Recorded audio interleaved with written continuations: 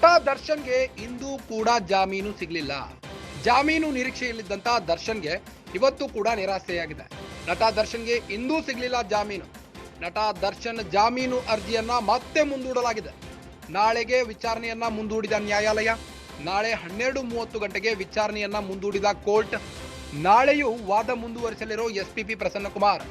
ಈಗಾಗಲೇ ದರ್ಶನ್ ಪರ ಸಿ.ವಿ. ನಾಗೇಶ್ ಪ್ರಬಲವಾದ ವಾದ ಮಂಡಿಸಿದ್ರು. ದರ್ಶನ್ಗೆ ಎಲ್ಲೋ ಒಂದು ಕಡೆ ಹೋಗಿ ಬಂದಿತ್ತು, ನನಗೆ ಬೇಲ್ ಸಿಗೋದಂತೂ ಕಡಖಂಡಿತ ಅಂತ.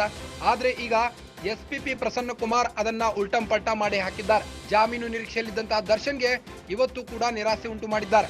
ನಟ ದರ್ಶನ್ಗೆ ಇಂದೂ ಕೂಡ ಸಿಗಲಿಲ್ಲ ಜಾಮೀನು. ನಟ ದರ್ಶನ್ ಜಾಮೀನು ಅರ್ಜಿಯನ್ನ ಮತ್ತೆ ಮುಂದೂಡಲಾಗಿದೆ. ನಾಳೆಗೆ ವಿಚಾರಣೆಯನ್ನ ಮುಂದೂಡಿದ ನ್ಯಾಯಾಲಯ.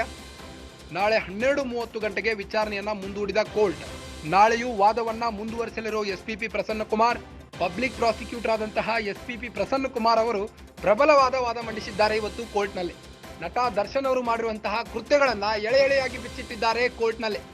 ರೇಣುಕಾಸ್ವಾಮಿಯ ಕಿಡ್ನಾಪ್ ಕಹಾನಿಯಿಂದ ಹಿಡಿದು ರೇಣುಕಾಸ್ವಾಮಿನ ಪಟ್ಟಣಗೆರೆ ಶೆಡ್ಗೆ ಹೇಗೆಲ್ಲ ಕರೆದುಕೊಂಡು ಬಂದ್ರು, ಹಾಗೂ ಪಟ್ಟಣಗೆರೆ ಶೆಡ್ನಲ್ಲಿ ರೇಣುಕಾಸ್ವಾಮಿ ಮೇಲೆ ಮಾಡಿದಂತಹ ಹಲ್ಲೆಗಳನ್ನ ಎಳೆ ಎಳೆಯಾಗಿ ಬಿಚ್ಚಿಟ್ಟಿದ್ದಾರೆ ಕೋರ್ಟ್ನಲ್ಲಿ. ಹೀಗಾಗಿ ಜಾಮೀನು ನಿರೀಕ್ಷೆಯಲ್ಲಿದ್ದಂತಹ ದರ್ಶನ್ಗೆ ಮತ್ತೆ ನಿರಾಸೆಯಾಗಿದೆ ಅಂತಲೇ ಹೇಳ್ಬೋದು.